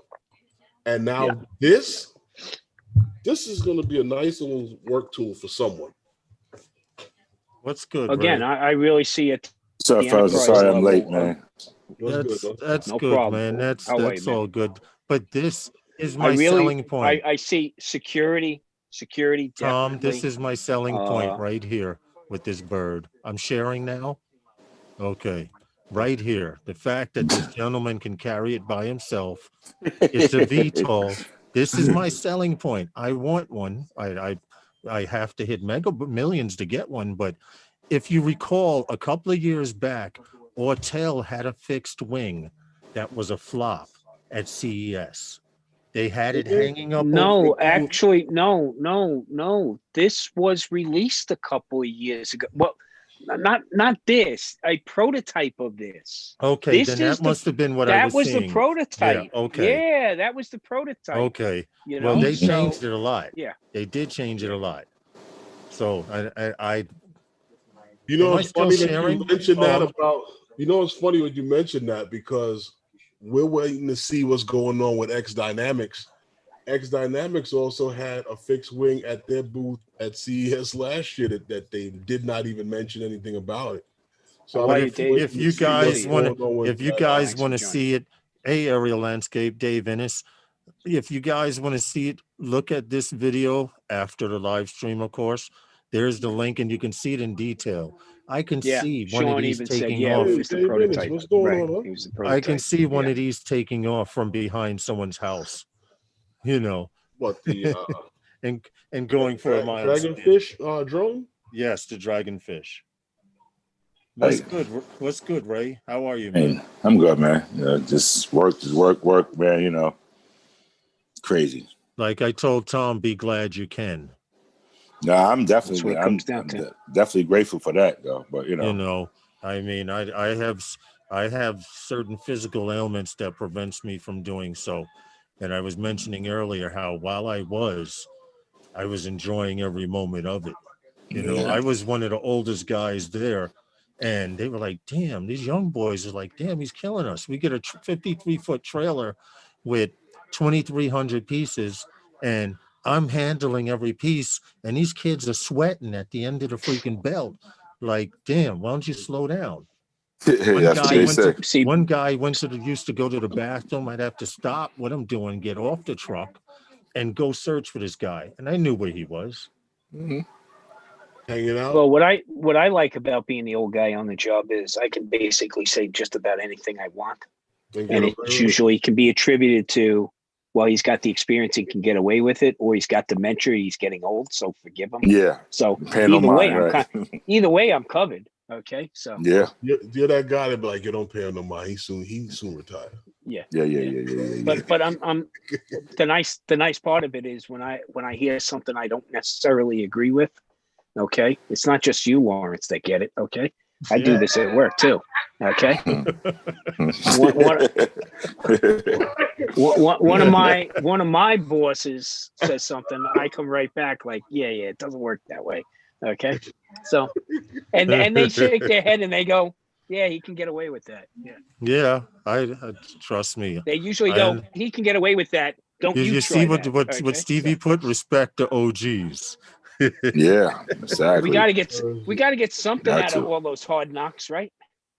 Listen, I didn't realize, Tom, we're going a little squirrel here because we're like done with most of the main stories and stuff, but I didn't realize how soft the children of today were until I, at 50 years old, was unloading trucks, and these kids that are supposed to have endless energy were sweating like pigs and the energy only happens after work when there's alcohol and EDM involved. Okay, then there's tons of energy, dude. Okay, remember. Right. Okay, I just remember, talking about this not too long ago amongst some friends where, man, we would, especially like we got together to play softball in like the public safety league or something. You're sponsored by a bar, so of course you got to go to the bar afterwards, whether you won or lost. And they put out a spread for you. And then at about 3 a.m, you realize you got roll call at 7 a.m. Oh shit, And now the whole day you're going, oh man, I'm never going to do that again. Never going to do that again. And then about 3, 4 in the afternoon, somebody says, where are we going? Hey, you want to go? Where are we going? And you go, yeah. Today, man, if it's past my bedtime, don't even think about it. You know about that time that you say that? My father, he used to play minor league baseball years ago. And when he couldn't play anymore, he refused to, give it up. So you know how they have these teams in the city? He went and got a team in the city and he managed the team. And he would go, and like you said, they had a bar or whatever that sponsored them. After the games, everybody to the bar. And they would be in the bar till all ridiculous hours because they're going home tomorrow Sunday. But my father used to forget, I got I got the little guy with me. I brought him out with me and I got him in the bar till all hours of the night. And my father used to do this thing with the beer. Sip, drink. Hey, you finish that. Oh shit. Those were different times. They were different times. Those were different times, right? Mm-hmm. Today, that's child abuse. Yeah. To us back then, it was a different world. I mean, he used to call me to Yankee Stadium with him too, and want to sit there all extra innings. I got school tomorrow. Yeah, but the Yankees and you better be able so to many get extra up inning games. So yeah, but you better be able to get up, school or not. And the other thing, right. the other catchphrase was, "Don't tell your mother." Okay. That's right. Yes. If you tell your mother, I'm gonna don't tell your mother. Yeah, it'll be the last time you go with me. Yeah, exactly. Yep. Tell your mother, boy, it's a problem. Yo, you know what, Tom? He left different times, man. And my mother tracked him down to take me there. And left me with him. Dude, we used to do stuff. We used to do stuff back then. Remember, we used to have a game we used to play in the inner city called Johnny Go Ride the Pony. And you have 2 teams, okay? And you'd get the biggest kid. The biggest kid would be the pillow or the anchor. And he would lean up against the wall. Or the wall, and then the other kids on his team the first one would grab him around the waist, put his head into his waist, and then they'd all line up like a caterpillar after that. And then the opposing team each would take, one of their guys and take a running leap and jump on their backs. And try and break their back. And try to break Johnny Go Ride the Pony, right? Yep. And of course, you'd have the biggest kid on the team hit that anchor spot, that middle spot. That's it. Shit, like, okay, because usually they put the littlest kid in the middle, so you put the biggest fattest kid on top of his back. You know, we used to do that. Wonder why I got 3 herniated discs. Okay, I blame it on the job, but I know it started in my youth. Okay. Yeah. Helmets. You know what? Helmets. You know what didn't help your back neither? After jumping those ramps and landing with the bike, boom, on that concrete. Yeah, man. Yeah, we used to. I grew up in an industrial residential neighborhood, Long Island City, Queens, and some of the guys on the panel know this.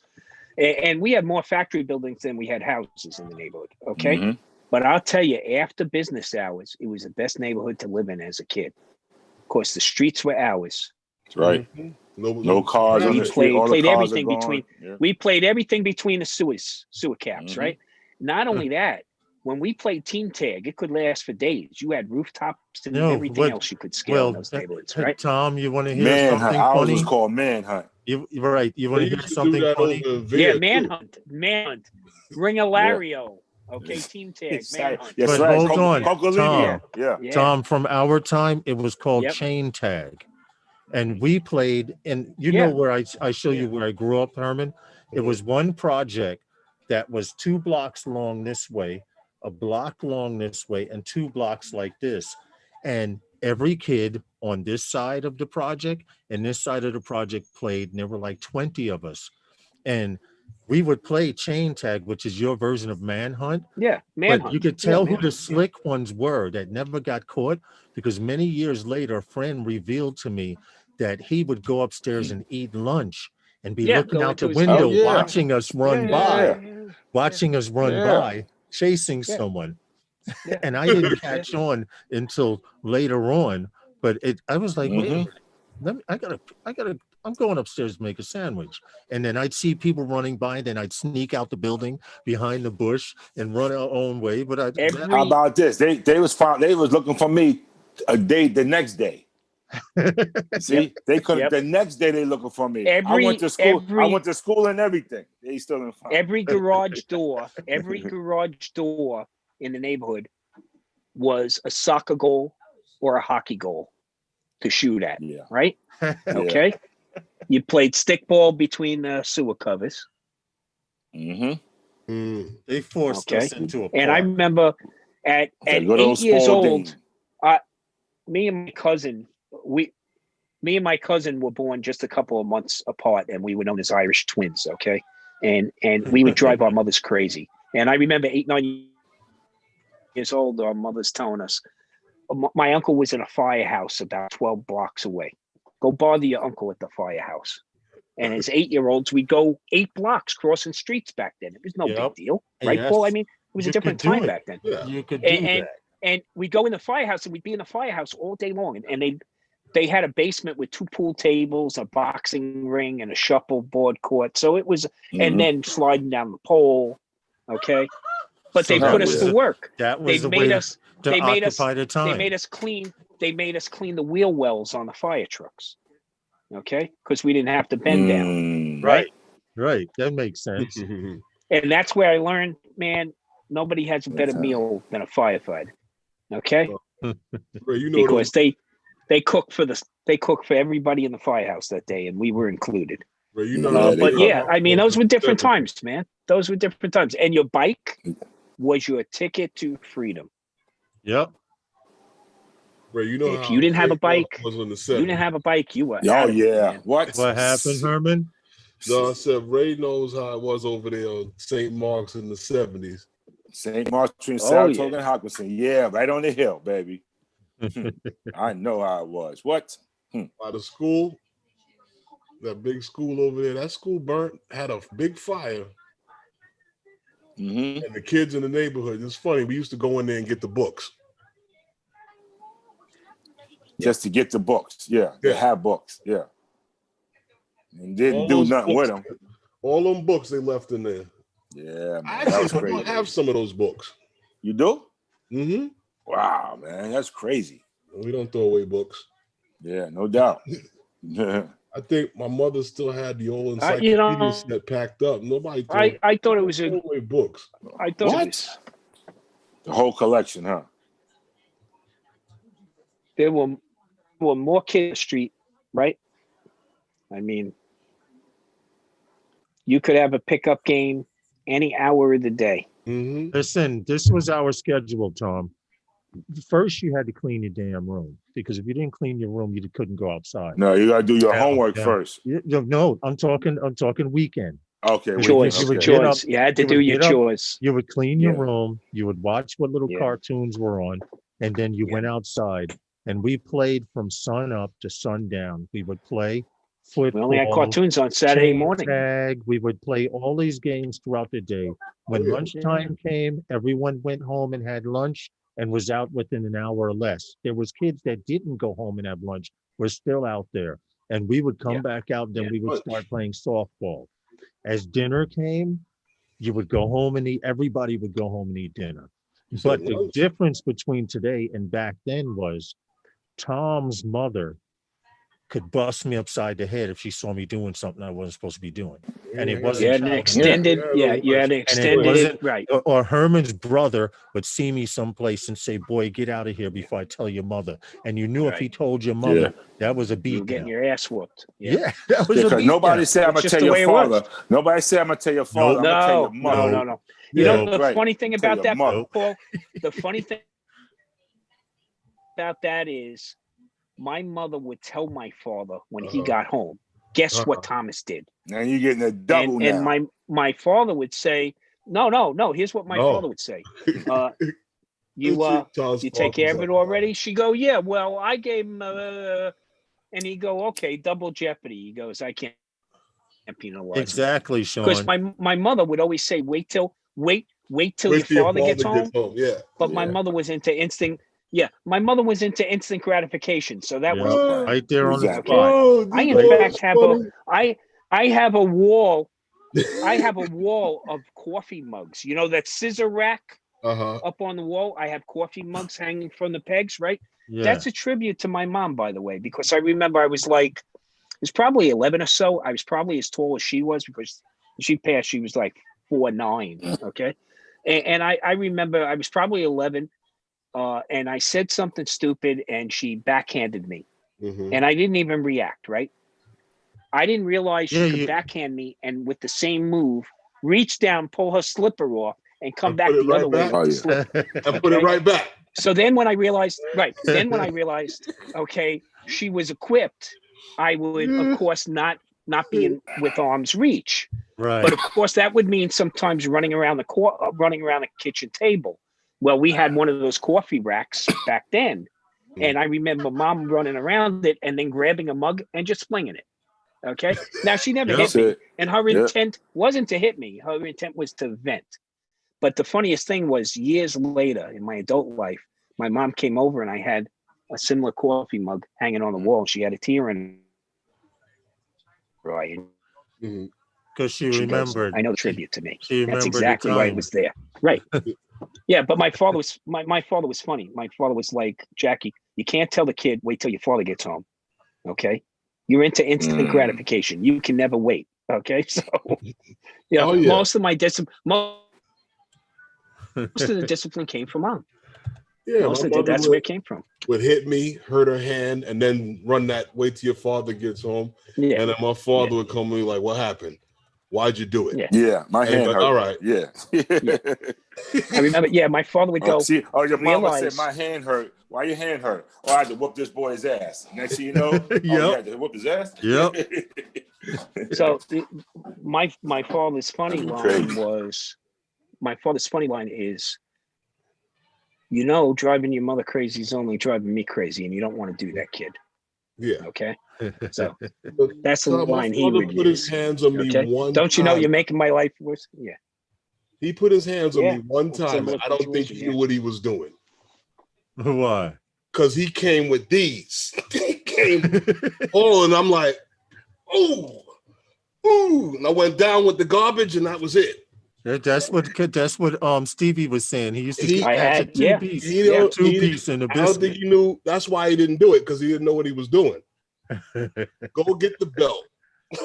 I got that again, Herman, just once. Like, yeah, I remember saying, again, it all stems from saying something stupid to my mother, right?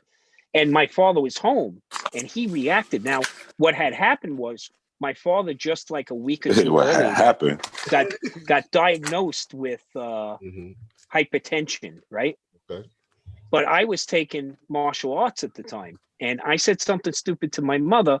He turned around and reacted, and I went, "No, Dad, don't." Meaning, "Don't, Dad. That was a stupid move. I shouldn't have said that." And he thought I was like, "Don't, Dad. I know karate." Wow. It didn't matter. One shot, I was down, looking up, okay? And he just walked away, okay?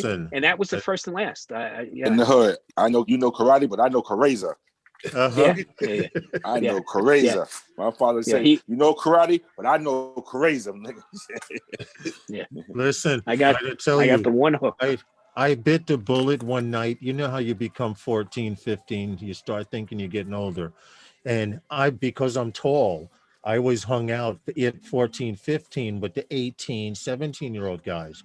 So there was this party going on, and there was a girl going that I liked.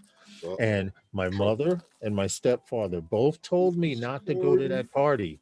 So to avoid coming home and having to stay in, after playing ball in the park, we were all sweaty and everything, I went to my boy's house and took a shower and put on some of his clothes, because I knew if I went home, I wasn't going to the party. Now, at one time point, after about one or two little sips of beer, I said, "You know what? I'm willing to take that ass whipping when I get home." Yeah. Oh my God. I got home. They were both in the window like this. Okay. But then when I got in the house, I was like, all right, I'm willing to take this. Mental torture is the worst torture you can ever do to a child, because they didn't beat my behind when I first walked in, which is what I was expecting. They let me go in a room. They let me eat dinner. They let me eat dinner and get comfortable. Your clothes off. I came out the shower door. I opened the bathroom door. Dad was standing there. "Come on, let's go." That's it. You already know. I ate it, Metro Jones. But I ate that butt whipping. But I'm gonna tell you, Tom, I never did it again. And he made it very clear: if you do this again, I don't know how I'm going to respond, because I did everything from breaking a body part. So, what I find funny now is when my daughter will call me and she'll say to me, "I'm sorry, Dad." And right away, my response is, "Oh, what did my granddaughter do to you now?" Okay. So it all comes around, right? It all comes around, man. The circle. Yes, it does. It does. Yeah, it does. And the only thing I tell my granddaughter is, don't drive your mother crazy. Do your best. Okay. Try not to. Try not to. I said she already came that way, but do your best. Keep it to a low roar. Okay. Right, because she drove me crazy too. So Yeah, right? Fair is fair, man. Right. Yeah, exactly. Yeah. Fair is fair. Yeah. Exactly. Yeah. Exactly. Yeah. Well, at least back then you couldn't go to jail for teaching your kid what to, no, please. Teaching your kid what to do. I went to Catholic school and had none. So we had one nun who had a leg shorter than the other, and that was just an excuse to carry a cane. Because she'd either whack you with one end or hook you with the other end. Okay? I mean, there's no winning, man. And you couldn't say anything about it either. No, because if you complained, if you turned around and said, "Mom, Sister Bernardo hit me," you got wrapped up beside the head. Well, boom. What did you do? And then that meant you could get hit again, because now after you told her what you did, she hit you again. Yeah. Why you do that, stupid? Yeah. But, so normally I tell her, "Sister Bernardo hit me because I said this," so then it would only be one hit. As a kid, you learn to take your measures, man. It's funny that you mentioned that though, Lawrence, because they did have that when we were kids, and I think was like the beginning of that. when, you know, of you telling your guidance counselor or teacher if you didn't like the way your parents disciplined you. And I remember my mother telling me and my sister, you can tell anybody that you want, but it's not going to take this ass whooping on you. No, exactly. Straight like that. As a matter of fact, if you want to go telling somebody something, I'm going to give you a little extra. Stevie says the hand of God upside your head.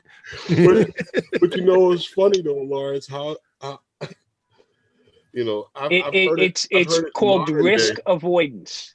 They're coming to take you out of here, not me. As a parent, you sometimes have to apply that measure to prevent the kids from realizing risk later on in life. Okay. Yeah. And unfortunately, not enough. I agree with you, Matt. The famous saying, Tom, a hard head will make a soft behind. Well, how they say, no, Tom? Think this if you knew how many times I heard that from my mother. They're not coming to take me out of here. They're coming to take you out of here. You know how you like to eat. Exactly. Tim Jackson says he told his dad he would call the cops, and his dad said, I'll beat you with the phone.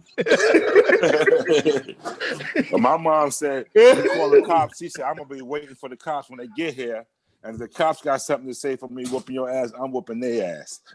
See? No, it was more like when the cops show up, I'm going to borrow their nightstick and beat the piss out of them. In Brownsville, okay. When you call the cops in Brownsville on kids, and this way they're here to take you to the hospital when I'm done with you. Okay. Them cops used to scare straight your ass. Your mom calling you? Okay, we take you for a ride. It's trying to scare us all the time. Can't do that now. Nah. Well, you know what? Look, I need the wire to transfer the data. Part of our problem today is there is no conflict for the kids. We try to protect them from every little bit of conflict, and then we send them out in the world and expect them to be able to deal with it automatically. It doesn't happen that way. It doesn't happen that way. It kind of went from being a helicopter to lawnmowers. Now they just want to remove all the obstacles for them. Everything in front of them, but they're not going to be there forever. Okay? And then their kids don't fit. They don't fit anymore into society this way. It's funny that you mentioned that because I listen to a lot of this talk, and I mean, I get it. I understand the whole bullying thing, but a lot of the stuff that we call bullying, we call it jokes, teasing when I was a kid. You know, just to a certain degree. Right. To a certain degree, I'll agree with you. Yes. Yeah, you know, you either there was bullying. There was bullying. You didn't like it, you knuckle up.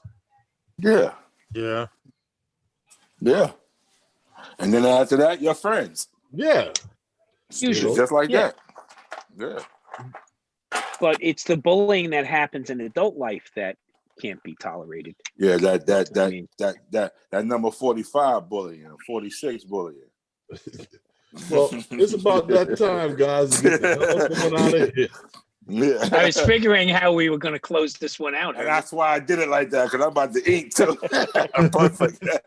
Perfect. Oh, yeah, it's that time, guys. And I'd like to thank each and every one of you here on the panel for coming in and hanging out. Guys, remember to hit that. We had some nice stories tonight.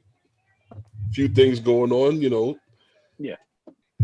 Romeo Dersha. Hope he finds great. Romeo's good people, and I think I think it's a benefit to a lot. So I think that was a good move, and I think we covered some great topics tonight, Herman. UPS continuing to go forward. Well, I wanted to do things from Autel. Yes, Lord. I just wanted to point out, as of lately, Herman and I have been doing analytics, and we'd like to say that those guys is slowly growing in population, and we'd like to thank you all for that. That's all. Okay, appreciate it. We're talking you, Tom, you, Ray, everybody in the chat, everybody. Yes, I'd like to thank you guys like I said, once again on the panel to helping make this show a success. And you guys in the chat, I thank you once again, for being here every week. And we will see you again on Sunday? Yes, God willing, yes. Yes, once again, like I said, thank you, because without you, none of this would be possible. And I'll see you next time on Phantom Flight. one-on-one with those guys. Good night, everyone. Have a good night, Peace, my brother. everybody.